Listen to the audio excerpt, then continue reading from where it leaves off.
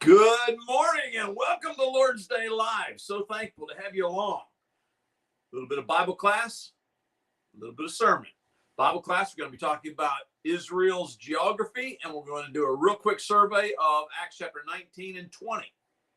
Sermon, we're going to look at the topic of storming the gates of hell. So I hope you'll stick around for all of it. Oh, got to turn this thing on. It doesn't like me.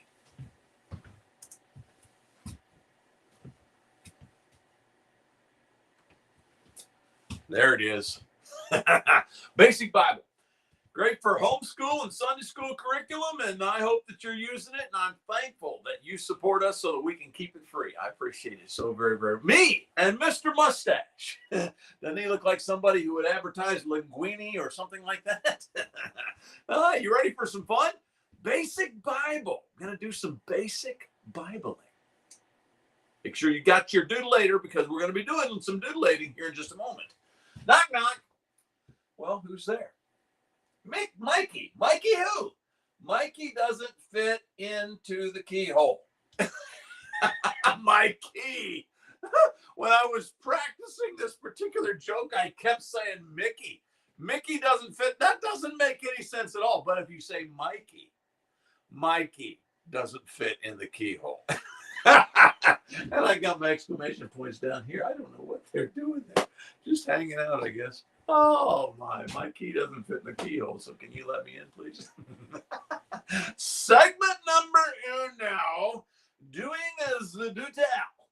And me and Mr. Mustache, you're going to have to go away here in just a moment, my friend. But we're going to do that here in just a second. Remember, we're studying this region right here. In our later time, as we're going to talk about the book of Acts chapter 19 and 20, we're going to go all the way over to here and then to here. But right now we're here. And we're trying to memorize this area. 7 major landmarks to help us memorize. And if you'll do this, as I've told you before, but if you do this, then it's going to help you so that you can connect other parts of Israel to those major landmarks. Okay, there's my buddy Dennis over there in Kenya. Thank you, my friend. He sent me some pictures this week of some baptisms that are happening over there in Kenya. Phenomenal guy. Love this guy. Pray for his boy. His boy hasn't been feeling very, very good. Dennis, I love you, my friend. Good to have you with me this morning. Thank you. All right, here's our poem that we're using to help us remember those 7 landmarks within Israel. 1 balloon rising high. Picture the Sea of Galilee as a balloon. 1 balloon cannot fly. That's the Dead Sea. In between, Jordan flows, snaking down as she goes. At the top of Dead Sea, so go to the top of the Dead Sea. Move your pen left with me. Slightly west, make a dot. There it is. Temple built on this spot. That's going to be the question that we're going to deal with here in just a moment, I believe, in our crossword puzzle, if I'm not mistaken. All right, so there's your the 2 verses of your poem.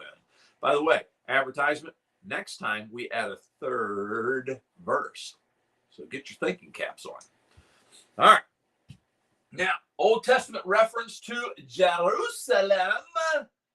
That's where the temple was built. All right. Oh, looky there. We got isn't that cool? Jerusalem. In the Old Testament, Jerusalem was mentioned several times. New Testament mentioned several times. But in 1 Samuel 17, one of the more famous times in the Bible, as far as David is concerned, and David took the head of the Philistine and brought it to Jerusalem. There's our city. He put it on, and he put his armor in his tent. Well, here's little boy David. There's the head. There's the headless body. That's Goliath. All right. Gabriel drew this for me years ago, and he's such a great artist. This guy in the background, they're talking to you. How did he die? Well, I heard he lost his head. Yeah, that's exactly right. Well, David is going to take the head of Goliath, and he's going to keep it kind of like a trophy. But he's going to take it and he's going to put it in his tent somewhere near Jerusalem, evidently. So there's our reference to Jerusalem in the Old Testament. How about that? All right, now we're into our crossword puzzle that I mentioned to you, and we're dealing with number 5. You already have it, I suspect. But number 5 down, we know it ends in E. What famous place of worship was built in Jerusalem?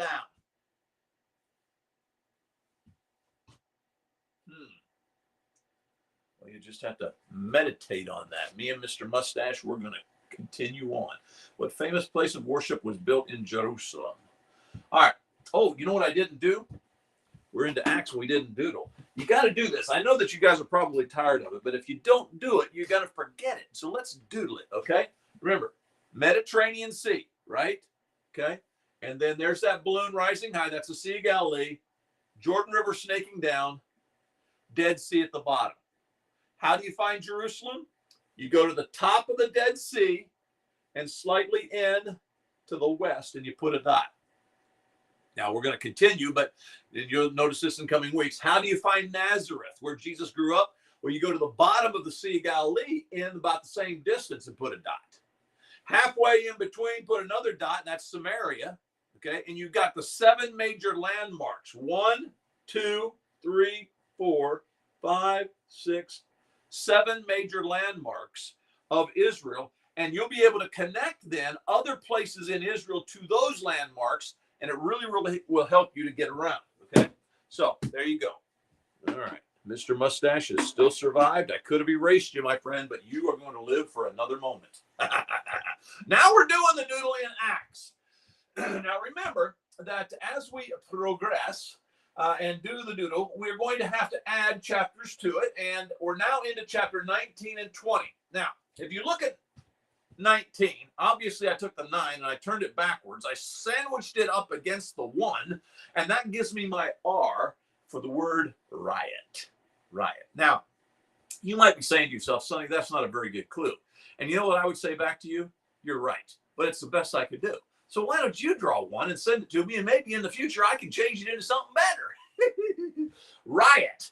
And this riot is going to be in the town of Ephesus. I'll show you where that's at on the map here later on. All right. So chapter 19, riot in Ephesus. Chapter 20. Now, people always make fun of my picture here in chapter 20. They say it looks like a pizza. That is not a pizza with pepperoni. That is supposed to be a communion tray. I never said I was a good artist. I said I was a doodler, and I'm not even a good doodler. But does that kind of look like the communion tray that you see passed around on Sundays? It has all the little communion cups in it, you know, with the grape juice. Well, that's what it's supposed to represent. So 20, you see the 0 and the 2? Okay. Communion on the first day of the week. What's the first day of the week? Monday. No. Sunday is the first day of the week, and I'll tell you why here in a little bit. But just hang on, okay? All right. Now, if I was going to test on that particular segment, one of the things that I would test you on is the first and second verses of that poem. But you notice my little buddy is peeking out from behind here saying, oh, no, we're going to have to add another verse next week. So you guys buckle up, because next time we're going to add a third verse. What's the 5th major geographic location of Israel? That was Jerusalem. You remember? And can you draw the chapter clues? All right. And we didn't do the chapter clues, but let's just go ahead and do that. I don't know which one you want to do. All right, let's do riot. All right. Remember how you do that? Well, maybe I should show you one more, because it's been a couple lessons since we did it. Remember? Go like that. Okay. Now we need the 9 to be backwards. Remember? So that could be a little bit of trouble for you. Okay. But the 9 has to be backwards, because we're doing the letter R for riot. All right, now let's make them bubble letters. Okay, remember? Take the middle out. Okay, now you make this a bubble letter. Run it right up in there. Well, okay. See, what you can do is you can take that off. And then you take this off right here. Put your little circle in the middle there. Does that look like an R? I-O-T. Dot your I, Sonny. Riot. Oh my, having so much fun. What do you do? All right, moving on. Segment number 2 is coming up, but before we do that, we need to have a moment of fun, because we do believe that God laughs, because God is the creator of laughter. You never know what you have until you clean your room. Ain't that the truth, though? Man alive. Every once in a while, Cindy, she gets me and she says, Sonny, we've got to clean the couch, or we got to clean the whatever. She's a rogue. She likes to keep things clean. And I'm not very clean, but I try to be a good husband. And so she says we need to clean the couch. And so I go to pulling the pillows off the couch, and I'm telling you, there's Dorito chips, there's coins. I can get rich just in the couch cushions. But anyhow, you never know what you're going to find until you clean your room. Hint, clean your room. Segment number 2. Here we go. Let's make a memorization moment. Mr. Mustache is hanging in there. When is he going to go bye-byes? Well, I'll tell you. As quick as he covers up part of my screen, and I don't want him to cover up. All right. Remember, as we looked at Acts chapters 1 through 12, I told you that the primary character of chapters 1 through 12 is Peter, okay? And there's all the things that we have memorized. If you don't know what those things mean, you need to pedal backwards in our time together so that you can get them and put them in your head, all right? But we have to move forward or we're never going to get done. There's 28 chapters in this book. All right, chapters 13 through 28 are dominated primarily by another character, and his name is Paul. He starts out as Saul, but he becomes Paul pretty quickly, all right? And you might remember last time we looked at Athens. Remember? Altar to the unknown God. Where are we in chapter 18? Apple core, Corinth. Very, very good.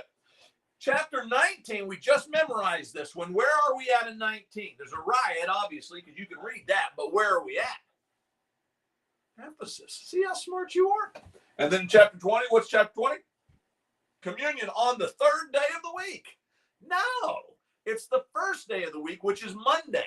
No, it's Sunday. First day of the week is Sunday. All right. Make a memory. And so, look, Mr. Mustache, you still hanging in there. You didn't cover it. Oh, we're doing good. All right. Acts chapter 19, here's your memory verse. Remember, say each line 5 times, and if you'll do that, you get it into your brain. Not only in Ephesus, not only in Ephesus, not only in Ephesus, not only in Ephesus, not only in Ephesus, not only in Ephesus. Last time I almost didn't get it out. All right, say them all 5 times. Then say each of these lines 5 times. This is Acts chapter 20. And if you do that, you'll get it into your head and it'll start just sticking right there in your head. Then, of course, get your sticky notes. Write the verse down. Remember, moms and dads, if you don't want to use the ESV, use whatever translation you want. But write it down, leaving out key words. Put it all over the house. And then every time you pass by, you got to say the words. If you can say the words, you get them in your head. All right. If I were going to test you over segment number 2, I would put some eyeballs on the number 2, and I would put a big question mark up here because he is concerned as to what are the major topics of these chapters, and can you quote the memory verses? I think maybe you can. There's another wasp. There he goes, guys. I'm telling you. He's coming right over here at me. I just hit him. He's on the ground. He is gone, for I have stepped upon him. Oh, dear.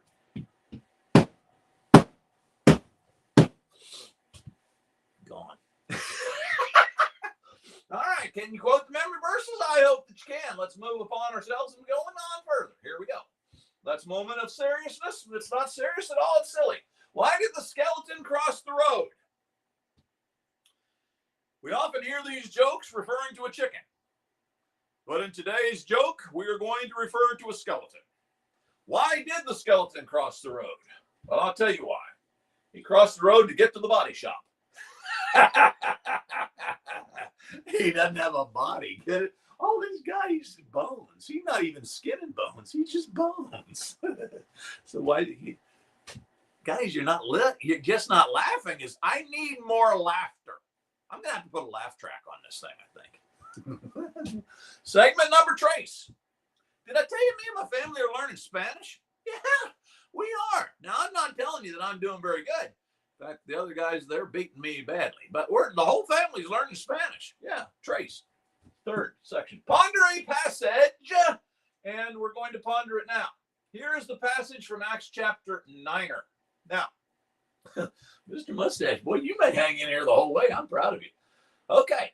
What we're going to do is we're going to show you a map that I'm going to get to in a moment, but we're not going to get to it yet. So hang in there. Keep your seatbelt on. Here we go. In Acts chapter 9, about that time, there arose no little disturbance concerning the way. The way. This is a reference to the church. As you understand it being a title, a reference to the church, You have to ask yourself, why would they call the church the way? You ever think about that? It's because we provide, through the gospel, which means good news, we provide a roadmap to heaven. So the church was called the way back in the day. It was the way. I'm going to ask you in our question time, are we still that? And then it says, for a man named Demetrius, a silversmith, who made silver shrines of Artemis, brought no little business to the craftsmen. These he gathered together with the workmen in similar trades, and he said, hey, man, you know that from this business we have our wealth. And you see and hear that not only in Ephesus, but almost in all of Asia, this Paul has persuaded and turned away a great many people, saying that the gods made with hands are not gods at all. All right, Demetrius makes silver jewelry and probably statuettes and things like that. Anyhow, to the god, small g, Artemis. And Paul is preaching that there's only one God, and he doesn't like statues. He doesn't want idols. And so it's really cutting into their business. And Demetrius doesn't like that at all. And so he's going to call all his comrades together, and he's going to say, we got to whoop up on this Paul guy. We got to run him out of town. And this is where you're going to get the riot, all right? And then you'll notice also the town Ephesus here, because that's where they were at, all right? Now I want to identify where Ephesus is. You might recall we started off over here in chapter, well, let's start here in chapter 17. We were in the city of Athens. That's the altar to the unknown God, remember? And then we went over here to Corinth. That's the one that looks like an apple core, the one in the core, all right? And then we went, now we're going to come across the water here, and we're going to go to Ephesus. Paul really likes Ephesus. He's going to stay in Ephesus a long time throughout his journeys. He puts together quite a bit. In fact, I believe he stays in Ephesus the longest whenever he is actually out and about and doing his journeys. I think 2 years, something like that. But that's where Ephesus is. And so that's where this is all taking place. Now, I could read the rest of this, but I don't have time. So you and moms and dads, you get this all read. But basically, this Demetrius guy, he's gonna really call a disturbance, and they're going to it's going to be bad. All right. In fact, they're going to beat up some of Paul's traveling companions. Read that for yourself. All right. Then we move into the second ponder a passage where we're thinking, oh no, Mr. Mustache, he's got to go. He's got to go. See you, buddy. It fell. All right. I want to come to Acts chapter 20. In Acts chapter 20. On the first day of the week, something is going to happen. We'll see that in just a moment. Whenever I teach the book of Genesis, and there's a bunch of chapters in Genesis. I think there's like 50 chapters in the book of Genesis. All right. But I have little clues that I do for it as well. And maybe one day I'll do it here on our thingy-to-ba-dingy. But here's the clue that Gabriel drew up for me for chapter 1. This is Genesis chapter 1. Can you tell what are these things in God created light, separated the waters, plants and animals, sun, moon, and stars. Isn't that cool? You got them all there within the one. Anyhow, the reason I wanted to do that is because I wanted to tell you something about the first day of the week. The first day of the week is Sunday. The reason we know that is because God says that he rested on the seventh day of the week. That's called the Sabbath. What day is the seventh day of the week then? The last day of the week is Saturday. Very good. But you'll notice that Sunday, God created light. He didn't actually create the sun, but he did create light. And that's a whole different subject matter. Moms and dads, you can tell them how that figured out. But when you understand that, day one is Sunday. That's when God began his creation. So the very first things that he created happened on a Sunday. Now today, instead of worshiping on Saturday, which is the last day of the week, Christians come together on Sunday, which is the first day of the week. And one of the reasons they do that is not just because that's the day God began his creation. What other big event took place? We often talk about it around Easter time. Yeah, the resurrection of Jesus. A whole new beginning on Sunday. And so Sunday is when they came together. It says they gathered together to break bread. And most folks believe that actually means communion, that they came together on Sunday to break bread or have communion together. I don't have time to read the rest of this altogether, but it's a really neat story. Paul's going to preach a long, long sermon because he needs to depart the next day, and he actually preached all the way till midnight. And there's a guy sitting in a window trying to stay awake and listen, but he finally just succumbs and he falls out the window. And he falls. I shouldn't be laughing because he's dead. He falls out the window and he's dead. And everybody's alarmed, and so they go rushing down there. And it says that when Paul had gone up and I'm sorry, I missed it. But Paul went down and he bent over him and talking and taking him in his arms said, "Do not be alarmed, for his life is in him." And so it says up here that he was taken up dead. And so evidently Paul did a miracle and brought him back to life. All right, really. And this guy's name is Eutychus. You like that name? Eutychus. You need to name your first child Eutychus. Oh, how would you doodle a dead Eutychus? We've done this actually before, but let's just see if we can do it real quickly. Remember, when you do eyes, let's just do the eyes, okay? We could, he's falling out the window. Here's the building. Okay, here's the window. Whoop, he fell out, so he's dead down here. Whoops, I got his. Boy, that was really bad, Sonny. That's dead Eutychus. See that? Dead Eutychus. But remember, whenever you draw a face in a comic strip, okay, here's his nose, okay, you give him X's, and that's the way you're supposed to. That's very official stuff, folks. I'm telling you, you're not going to just learn this anywhere. You have to pay the big bucks to get it from Sonny Childs on the Doodle Rules. That's dead Eutychus. All right. Okay, let's see where we're going next. We're running out of time rapidly. Okay.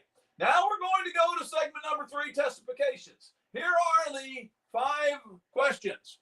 And my little guy here, he's kind of concerned that he doesn't know all the answers, but I know that you're not like him because you do. There they are. Make sure that you get a screenshot of that so that you can have those. You got them? Okay, moving on up. Let's have a moment of brevity. What is more impressive than a talking parrot? That's actually pretty impressive. You ever been around a parrot that can talk?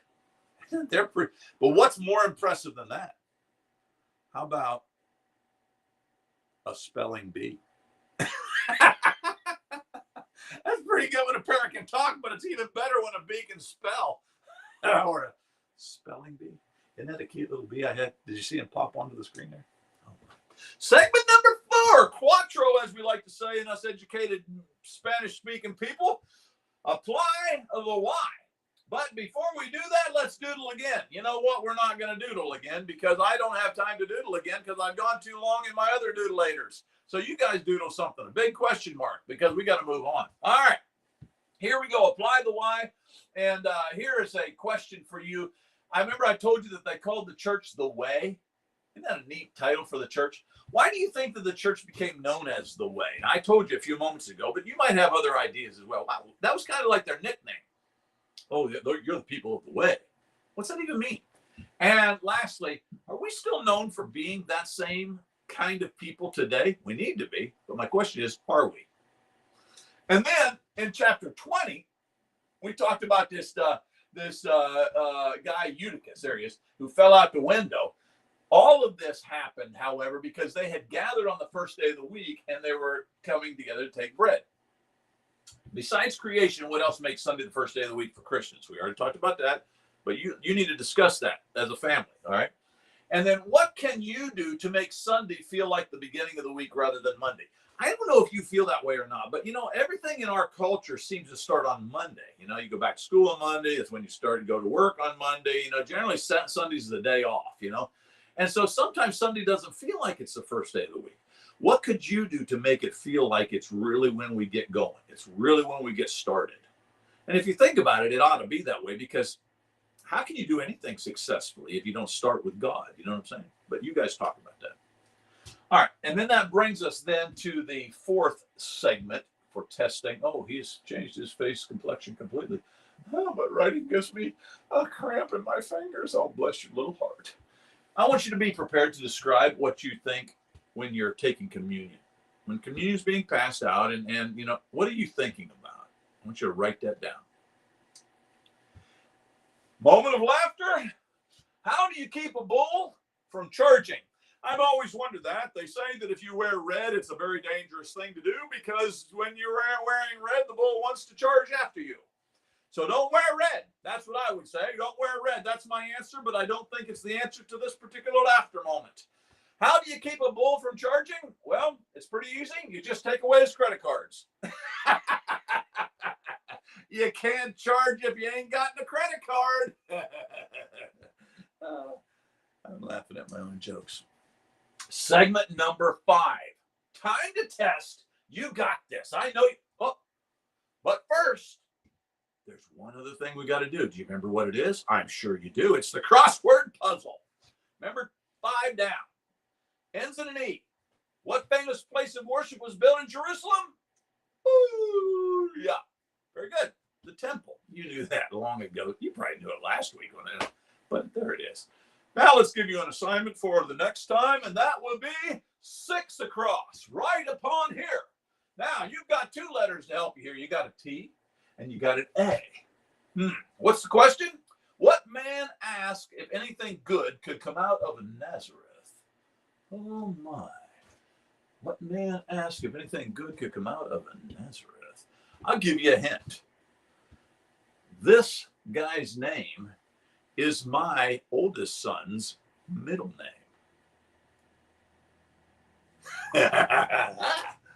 All right, here we go. Test number 10. Man, we're moving right along, are we not? There are your questions. Screenshot that. That's what you will be tested upon as far as the overall compilation of all of the questions that I have presented to you during our time together. And remember, I believe in you. If this study was beneficial, please consider praying for me and my family and contributing to our financial needs. If you have the opportunity to do so, that would bless us in a big way. I love you, and I'm so thankful for you. Time to pray. Let me get my big head out of the way so that you can see what's going on here, because we got some really cool news to give you. Don't forget to pray for the Ukraine and Russia. There's a lot of folks in Russia who do not approve of this particular war, as it seems to be in most countries. We got folks at the top who are totally disconnected with those who are really down here trying to, make the ends meet and all that. It's the same way in America. Great disconnect between, especially Center America and Washington, D.C. But anyhow, Russia and the Ukraine. We've got God's people in both of those countries, and please be praying for them. Persecuted Christians, even in Afghanistan, China, and North Korea, other places like that are literally being tortured because they want to worship Jesus. Baptisms in Kenya. Here's one. 4 baptisms recently in Kenya that my buddy Dennis has reported on. And I'm just so excited about the work that he and his congregation are doing over there. And my family, we're trying to be very supportive of that. And I'd like to ask you to please continue to pray for Dennis. He watches this stuff, and part of the School of Biblical Studies, and phenomenal guy. Just so very, very thankful for him. His baby boy has been sick, however, and would you please remember also his little guy as he continues to. I talked to Dennis just yesterday, and he's getting better, but please remember his little boy. The upcoming elections, Supreme Court nominee, and the upcoming MAP summer, which we're really excited about. A lot of big changes is coming about with regards to MAP, and need your support. Need you to please forgive me. Need you to send us names of young people and others who might be interested. Really transitioning MAP to an emphasis more on young adults than youngsters. In the past, we've taken them as we tried not to take anybody below the age of 12. But now we're really focusing on more of those who are about to graduate from high school and up. And so please be mindful of that, considering that. Going to be a phenomenal summer. My youngest son, and his mentor, Daryl, are going to basically direct the summer. And I think it's going to be really, really good. Would you be praying for MAP summer? Give me a little bit of lubricant there. I'm going to turn the heater down. If you've got any prayer requests, now would be a good time to put them up there in the comment section. Let's see. I got a couple here. Well, it's my buddy Dennis over there in Kenya. Thank you, Dennis. I appreciate you. You've been watching. I appreciate you, and I love you, and I appreciate your hard work, my friend, over there in Kenya. All right, here we go. Sorry about that. Lord's Day Live, sermon time. Thank you for being here. We are continuing in the umbrella series of real-time Christianity. We're actually into our second series within a series. We looked at the idea of giving up our foreign wives, 8 lessons. We're now going into an 8-lesson series that's different from that has to do with storming the gates of hell. And so that's the topic. It's time, friends, to storm the gates of hell. We are in part 2. And so here we go. For those of you who are part of the School of Biblical Studies, here are the 5 questions that I would give to you up front so that you can be able to fill in the blanks as we progress through this lesson. And I have noticed something. I think I'm going to now, I've changed my slides, so I'm going to have to stand over here on this side to keep from being in front of the text. You got them? All right, here we go. In Matthew chapter 16, Jesus speaking specifically to Peter, and he is going to say to Peter that his church, which is about to be established, okay, his church, Day of Pentecost, his church is going to be so powerful that even the gates of hell will not be able to prevail against the powers that be within the church. Now, I want to ask you a question, the leading question as we begin looking more specifically to breaking these 3 areas down that I outlined last time. But I want to ask you this question. Would you say that the church is that powerful today? Would you say the church is acting that powerful today? The church is that powerful. But are we really conducting ourselves in such a powerful way that Satan himself cringes? I love that little meme that I saw about a woman, something about when a woman's foot hits the floor first thing in the morning, Satan says, "Oh dear, she's up again." We need to have that kind of an impact on Satan, his demons, hell itself, that we as the church are storming the gates of hell. But what I have found to be actually the case is that, generally speaking, we are more excited about enamoring and ingratiating ourselves to the church. Can't talk. Ingratiating ourselves to the world than we are about storming the gates of hell. That's really what this particular first lesson, as far as details is concerned, is all about. That our focus is off. We are not storming the gates of hell, primarily speaking, as far as the church is concerned. Now, there are some places I showed you just a minute ago. My buddy, who's part of our School of Biblical Studies over there in Kenya, showed me four baptisms that have taken place within the last couple of weeks. God bless you. And so there is some storming of the gates of hell going on around the world. But generally speaking, the American church is content with sitting in our little cathedrals, in our padded pews, letting worship happen to us, very much a spectator sport. And we need to become warriors again. We need to get into the battle again, storming the gates of hell. Well, as you might recall, last time I set the stage by giving you 3 things that I said we have in superiority to the world. The first is that we have superior standards. He actually says that in 2 Corinthians 10. I beg you that when I come to you, may not have to be as bold as I expect to be towards some people that I think live by the standards of this world. He says, look, we got superior standards. When I come, I'm going to point out some of those folks who are living by the standards of this world. Now, Paul's a little bit graphic in the way he deals with this.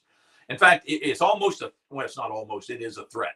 When I come, I am going to line things out.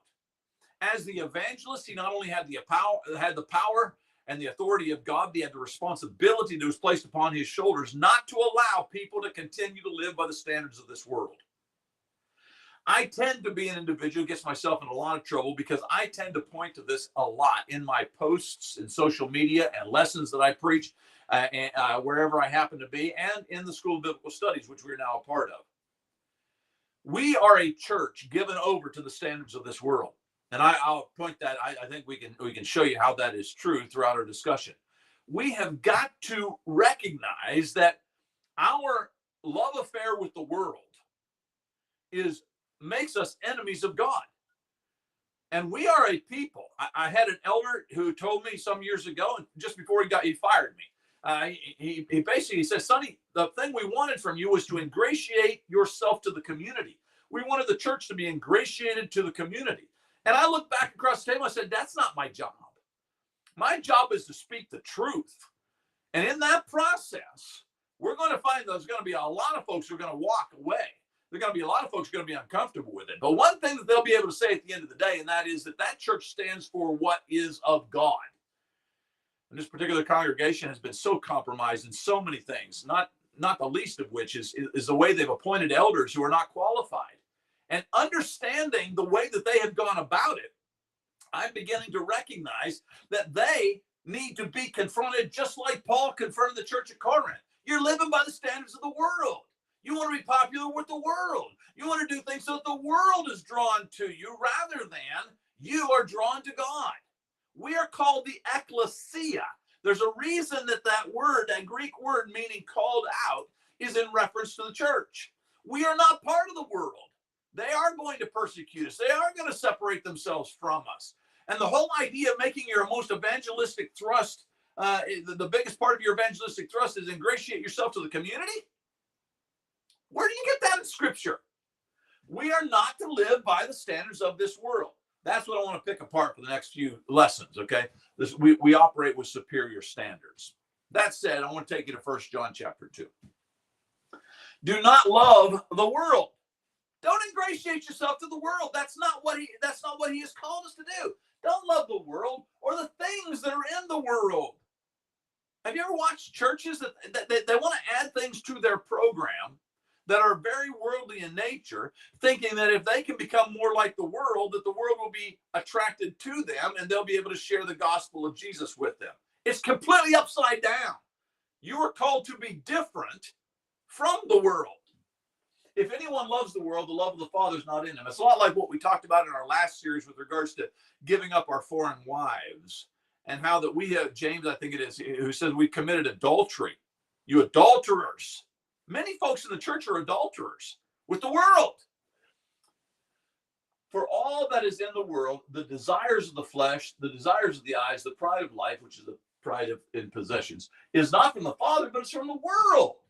And the world is passing away along with its desires, but whoever does the will of God abides forever. The world stuff it's passing away, it's going to burn. And yet that seems to be what we are enamored by.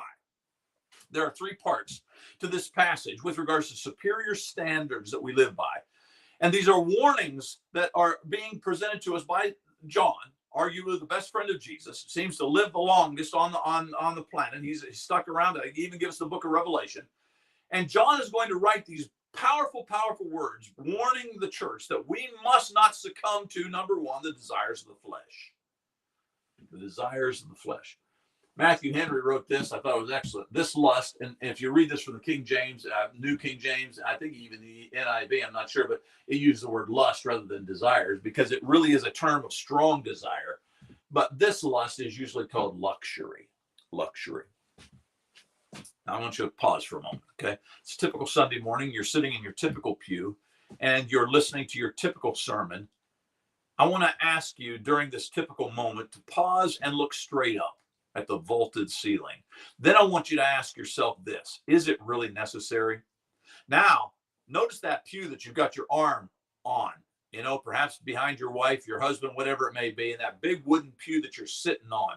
And now I want you to look around the room and I want you to notice how many pews there are in that big sanctuary that you guys have constructed, and ask yourself, is it really necessary? Now I want you to consider the heating and the cooling bill of that building and ask yourself, how many times a week does this building, especially this auditorium, actually get used? By far the majority of the week, this auditorium sits empty. It echoes silence. And yet we believe that it's absolutely essential to the work of God. Why is that? Because we have been given over to the desires of the flesh. Luxuries. One of the things that me and my home church have tried very much to do since we left corporate Christianity is try to make sure that every time we have a home service, it centers around the communion, and that the communion, that service of memory of Jesus, it is simple. It's innocent, and it's very, very meaningful. We actually serve the communion off of a cardboard box, and Cindy makes the bread. Very, very simple. And I think it's important that we get back to, I'm not saying there's some kind of command that you got to do it the way that we do it, but I am saying this, there is a command that you must do it in memory of him.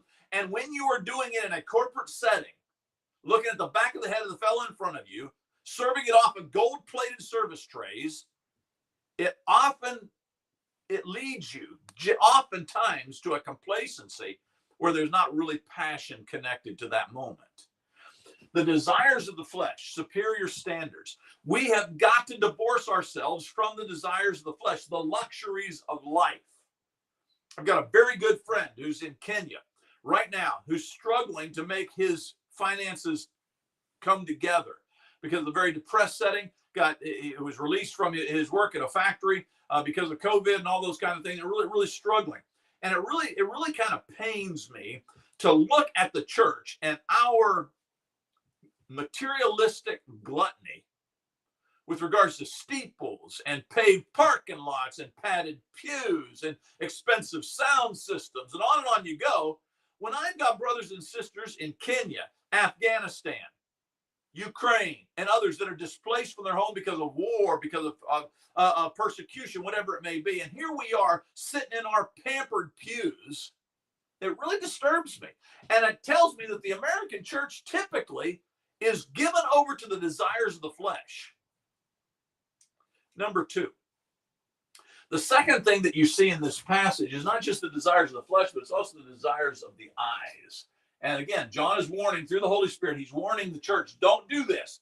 We operate with superior standards, and those standards are not the desires of the flesh or the desires of the eyes. Those are things that distract us from the standards. Desires of the eyes. Genesis 3, all the way back at the beginning, when the woman saw that the tree was good for food, she saw that the tree is good for food, and that it was a delight to the eyes. Wow. And the tree was to be desired to make one wise. She took and she ate of it. One of the things that attracted Eve to the tree was the way it looked. I'm not going to say that women are the only ones that have this particular problem, because certainly men have a lot of vanity as well. But I would suggest to you that, ladies, sometimes the vanity of the eyes. How do I look? And I've seen people make radical changes to their body because in vanity, a vein of vanity, they just feel like that they've got to be attractive to the world. That is a desire of the eyes, which adds to the desires of the flesh, which is going to be a complete distraction to the superior standards that we are to have within the church. And that is that we're to look up, not down, but look up. Our eyes should be focused on what is to come, who God is, and how he operates within our lives. Matthew chapter 6, Jesus would say that the eye is the lamp of the body. He goes on to say, so if your eye is healthy, your whole body is going to be full of light. But if your eye is bad, your whole body is going to be full of darkness. In other words, your eyes, what you do with your eyes has a lot to say with regards to the health of your body. Let me deal with men. I've dealt with women for a moment there. Men tend to be the ones who struggle with pornography.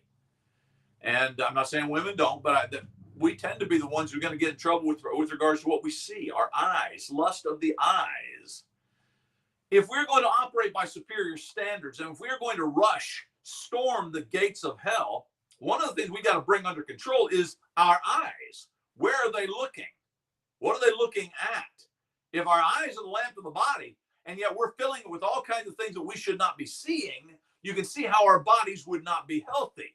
If you want to be secure, if you want to be a warrior who can truly overcome the gates of hell, you have got to stop desiring things of the flesh and stop desiring things of the eyes, the vanity of this world. Covetous, vanity, covetous, pride, looking at your neighbor and saying, boy, I'd like to have a big car like he's got, a big house like they got, whatever. Pride and look at what I have, And so, we drive our fancy vehicle to church, if you will, so that people can see what we got, in our fancy suits and all those kind of things. And it completely undermines our ability to storm the gates of hell because we are operating on the desires of the eyes. Number 3. There it is. I didn't think it was going to change. Number 3, for all that is in the world, the desires of the flesh, the desires of the eyes, and lastly, the pride of life.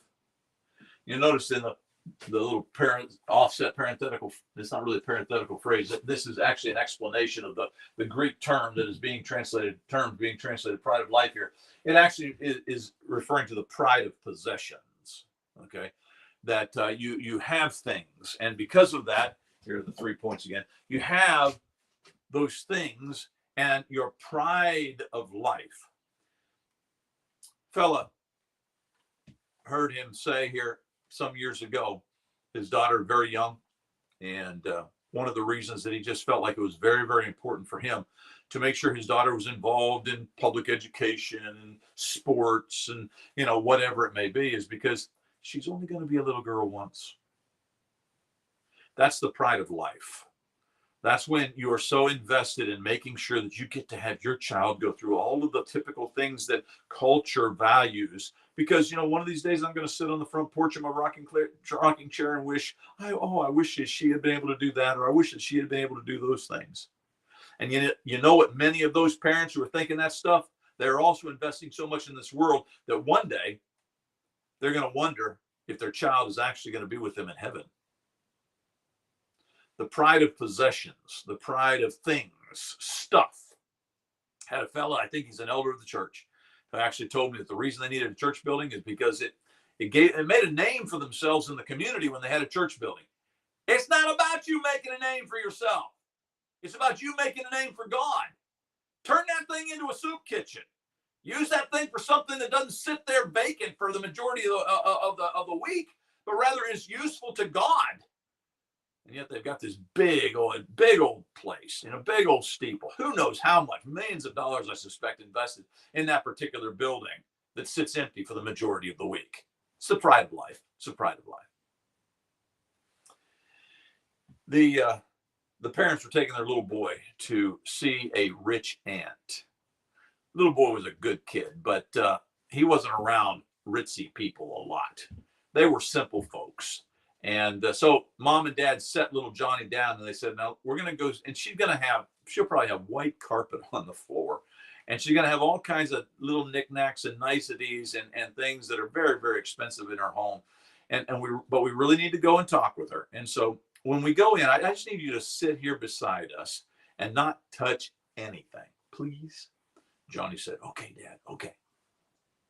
So they went and they visited this rich aunt, and the discussion went on longer than was expected. And little Johnny was absolutely bored out of his gourd. And so as time progressed, he got further and further away from the couch where his mom and dad were sitting, and he just kind of exploring around the living room. And I don't know what happened there. My thing went back. I need you to see that. And as he was exploring around, he discovered this expensive vase. Well, it wasn't long until the conversation ended, and Dad said, "Okay, John, where are you, Johnny?" And he was over in the corner, kind of hiding. "Johnny, son, it's time to go home."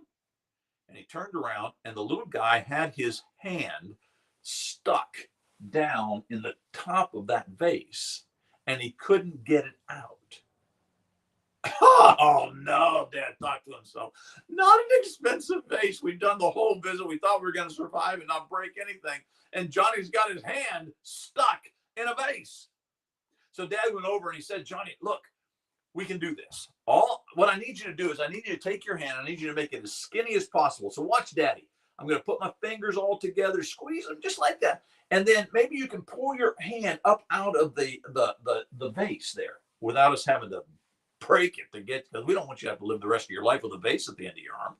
And we don't want to have to break it because your aunt, she surely doesn't want that to happen. So can you do that for Daddy?" He said, "Dad, I can't. Son, it's not that hard. Oh, no, Dad, you don't understand. If I do that, I'm going to drop my penny. I don't want to lose my penny." Little Johnny had dropped a penny in the bottom of the vase, and he'd gone in after it. And now that he got it, kind of like a monkey trap, now that he got the penny, he's not letting that thing go. I feel like that's the way we are in the world. We are little Johnny. The church is acting like little Johnny. We got our hands stuffed down an expensive vase, and we're holding on to a penny for the sake of a penny. We're going to have to bust the vase to get Would you give up something as expensive as heaven, as glorious as heaven, because of a stinking little penny at the bottom of a vase? We have got to invest in that which lasts, that which is eternal, and it ain't the penny. God has given us something so far beyond a vase, but picture the vase as heaven, and yet you're holding on to the penny and refusing to let go of the penny of all things. The pride of the flesh, the desires of flesh, the desires of the eyes, the pride of life, stuffed down here, that's anchoring us to this world. These are the things that defeat us as warriors on the battlefield. If there's one thing that you will hear from those who have been in combat and those who are really experienced life, which I have not, but they've really experienced life in a violent way, is the importance of focus. If you're going to survive, you've got to have focus. And if I'm in the heat of the battle, if I'm in the middle of the battle, right, I need to focus on the battle. The church has become like folks who set up a picnic in the middle of the bloody battleground. We're not focused. Desires of the flesh, the desires of the eyes, and the pride of life have kept us anchored here. It's time for the church to lift anchors, lift eyes, and take the priorities off of this life and put them in the life of God. If we'll do that, if we'll deny these things, then we can take our hand out of here and we can have what is valuable, what is needed. And so as you storm the gates of hell, I pray that you be careful with these three things. Thank you. Thank you. Thank you for being part of this particular lesson. Storming the gates of hell. Yeah, it's time. Thank you for supporting my ministry. Please continue. If you got PayPal or just mail it to us, whatever, it really means the world to us to be able to say things that we need to say and know that we're going to be supported regardless. And to be able to put things out free as we do. Please continue to support my ministry. And then lastly, remember, it's the Lord's Day. And so keep it simple, keep it innocent, and keep it meaningful as you remember Jesus and take your thoughts heavenward. I love you. This is Sonny Chow saying be there. Matthew 16:26.